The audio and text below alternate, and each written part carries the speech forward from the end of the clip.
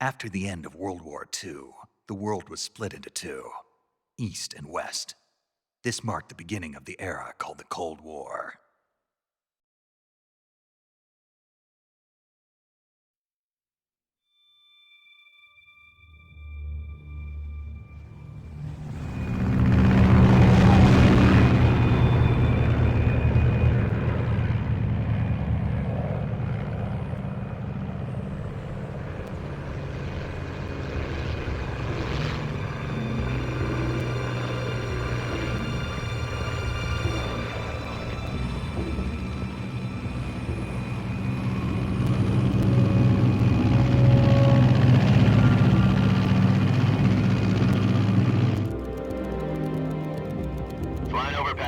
Altitude 30,000 feet.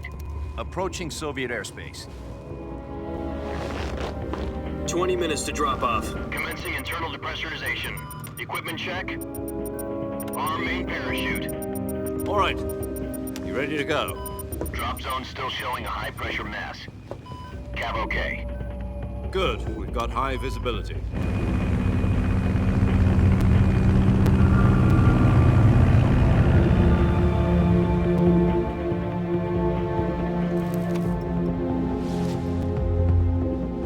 Put out that cigar.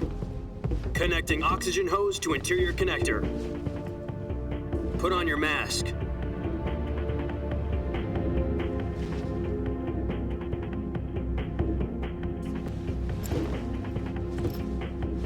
Does this panty waste know what he's doing? Approaching release point. 10 minutes to drop off. Hey, are you deaf? He said put out the cigar and put on your mask.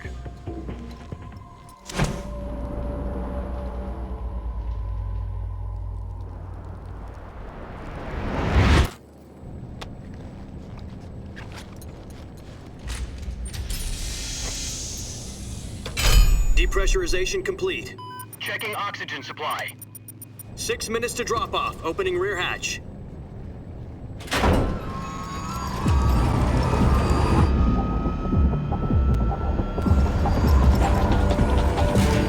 Sunrise.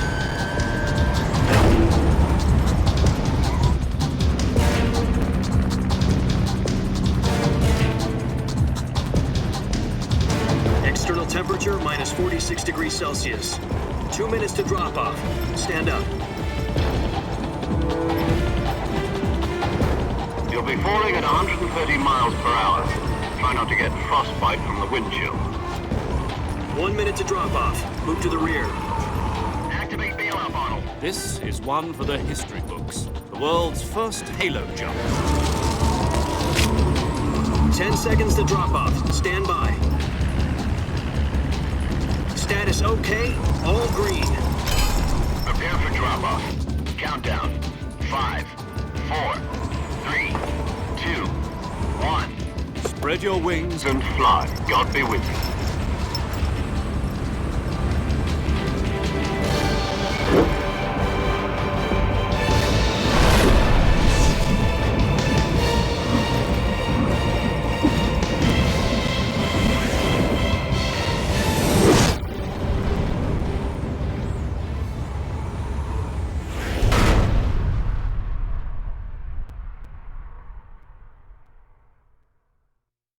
Jack, I've got some important news. The head of the CIA has finally given us the green light for the Virtuous Mission. Virtual Mission? No, the Virtuous Mission. The future of our Fox unit depends on it. If it succeeds, we'll be officially organized into a unit. Virtuous Mission? Sounds like some kind of initiation ritual. You know, don't get cocky. This isn't a training op. Right. So what exactly is this wonderful mission? Well, about 2 years ago, a certain Soviet scientist requested asylum in the West through one of our moles. His name is Nikolai Sokolov. He's head of the OKB-754 Design Bureau, one of the Soviets' top-secret weapon research facilities, and the East's foremost expert on weapons development. Sokolov? Isn't he that famous rocket scientist? The very same. On April the 12th, 1961, the Soviets achieved the first manned spaceflight in history. The Earth was blue, but there was no God. Well spoken. The rocket that carried Yuri Gagarin into orbit was the A-1, known as the Vostok rocket. Sokolov is said to be the man most responsible for the multi-engine cluster used in that rocket. After Gagarin's flight, Sokolov left rocket development to become the head of the newly established Design Bureau. From a lowly technician to head of a design bureau, that's quite a success story, so why'd he want to defect? It seems he'd become afraid of his own creations. Afraid? Call it a crisis of conscience. And for that, he left his country and his family behind and went over the fence? Not exactly. One of his conditions was that his family was also to be taken safely to the west. We used a mole to get the family out first and succeeded in sneaking Sokolov over the Berlin Wall shortly afterwards. I was the one who conducted the operation. The security on the eastern side was still full of holes back then. Then what? We got Sokolov over in one piece, but the whole ordeal had left him exhausted, and we checked him into a hospital in West Berlin. It took him 2 weeks and more than 600 miles to get from the research facility in the Soviet Union to Berlin. He was in no condition to say anything coherent. And it was only a week later that we had something much bigger on our hands. The Cuban Missile Crisis. October the 16th, 1962, President Kennedy received word that the Soviets were in the process of deploying intermediate-range ballistic missiles in Cuba. The President demanded that the Soviets dismantle and remove the missiles. At the same time, he announced a naval blockade to prevent further missile shipments from reaching Cuba. But the Soviets didn't back down, instead placing their armed forces on secondary alert. Soviet transport ships carrying missiles continued on course towards Cuba. US and Soviet forces went on alert for an all-out nuclear war. Frantic negotiations were conducted through the UN's Emergency Security Council and unofficial channels to end the hair-trigger standoff. Finally, on October the 28th, the Soviet Union agreed to remove its missiles from Cuba, and so the world avoided a nuclear holocaust. But in order to get the Soviets to pull their missiles out, we had to make a deal. You mean the one where the US agreed to remove its IRBMs from Turkey? No.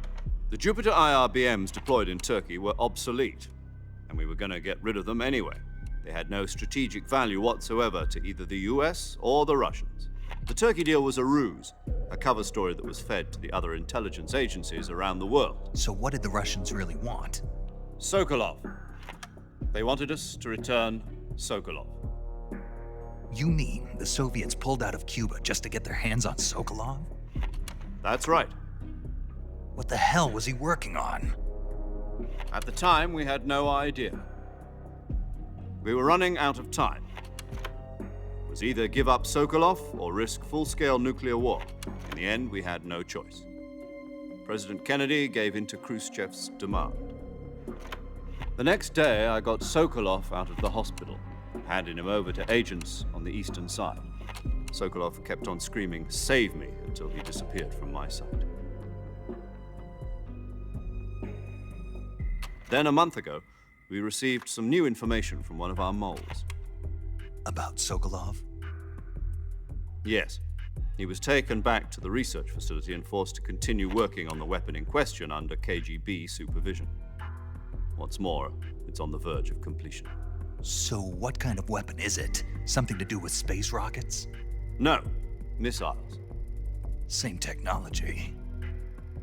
I guess you're right. We don't know the details, but it appears to be a new kind of nuclear device. For half a year now, the Soviets have been conducting frequent nuclear tests at Semipalatinsk. Something to do with the weapon, I assume. We're talking about a secret weapon so big that Khrushchev was ready to pull out of Cuba to get it back. Is Sokolov still in the facility? No. According to our intelligence, he's in Selinoyarsk, a place in the mountains about 3 miles to the west that's known as the Virgin Cliffs. The Virgin Cliffs. Nice name for a virtuous mission. They moved him there just recently. Why? Apparently, they're conducting a field test of the weapon, but it's our best chance to get him back. This mission would never have been possible if he was still in the research facility. This is our last chance. Sokolov must have known that too when he contacted us.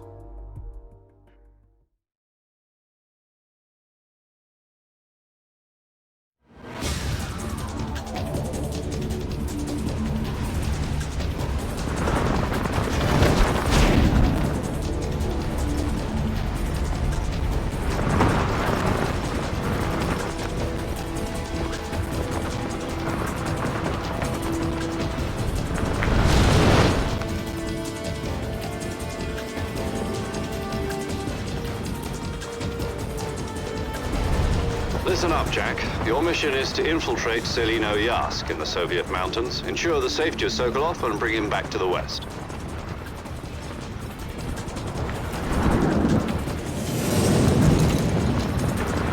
If we don't get Sokolov back before that weapon is complete, we'll be facing a major crisis. The clock is ticking.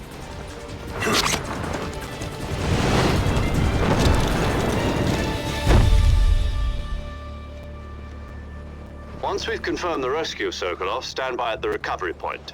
A recovery balloon will be dropped at that point. Helium will be pumped into the balloon to inflate it. The process takes about 20 minutes. Once it's complete, the gunship's arm will latch onto the balloon and pull it up. The Fulton surface-to-air recovery system. I'm familiar with the theory.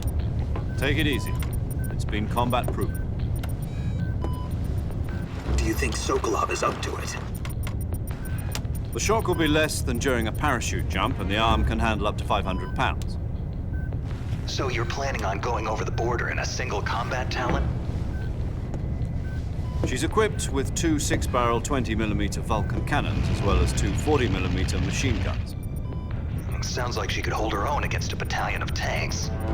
Even with the fuel in the reserve tank, we're facing a 4-hour time limit. If all goes well, it shouldn't take more than a few hours. Home in time for dinner.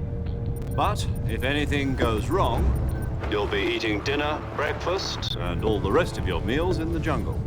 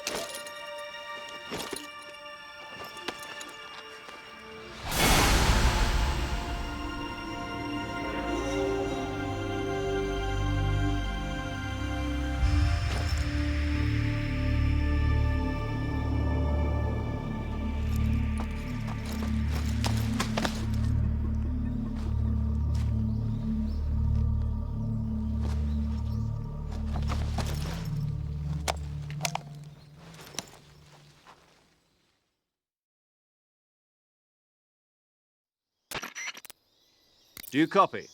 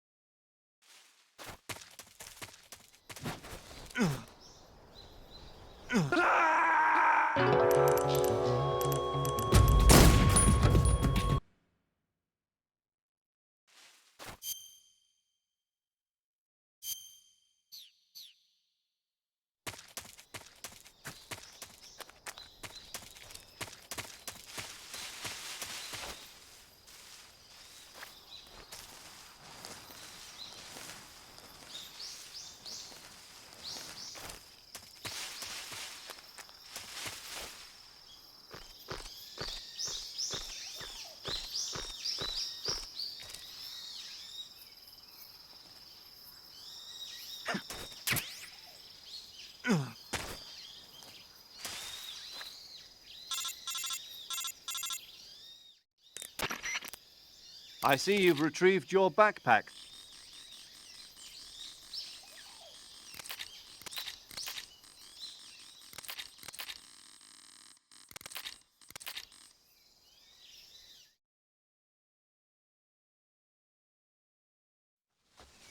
Snake, try to remember some of the basics of CQC.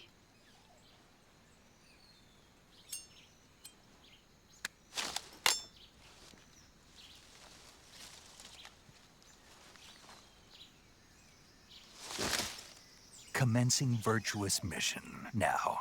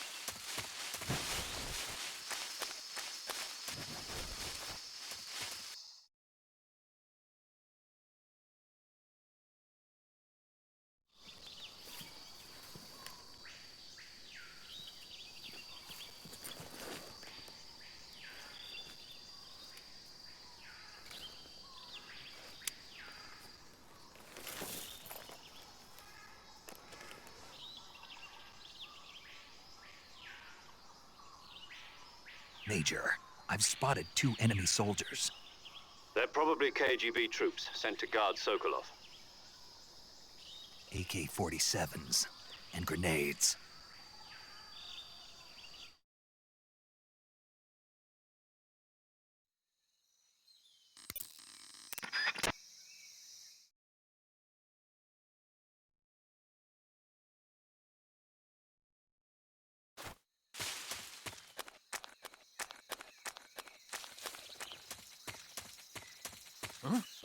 Who's that?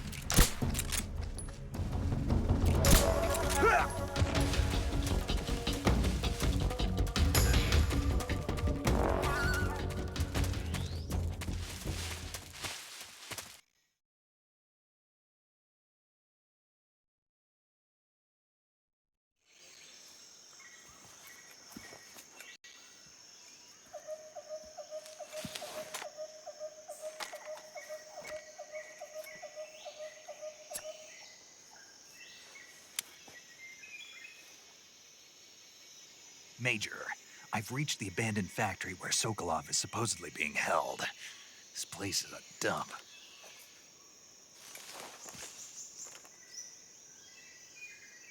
I can't see Sokolov from here. The security is pretty tight. There are sentries posted around the perimeter. I wonder how many are inside.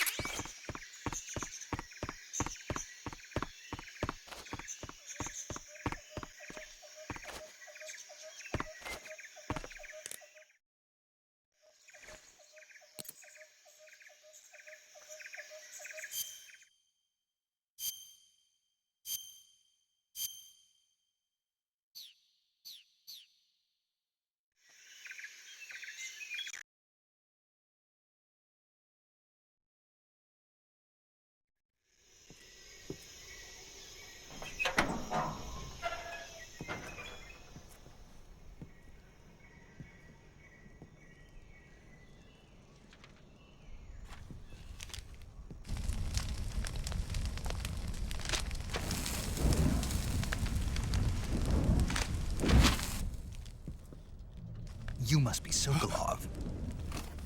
Are you one of Volgin's men? You'll never get it from me. No. I'm a CIA agent. I've come to escort you back to the other side of the Iron Curtain. You're CIA? Yeah. I was sent by Major Zero, the man who got you out 2 years ago. Zero? I have a message from him. What is it? He said to tell you sorry for being so late. Did he now? What does it mean? It means he's a man of his word. But we've got no time for this. You have to get me out of here before they arrive. Who's they? Colonel Volgin of Gru. You in the West know him as Thunderbolt. Thunderbolt? Never heard of him. He's a member of the Army's extremist faction, a man who seeks to seize control of the motherland.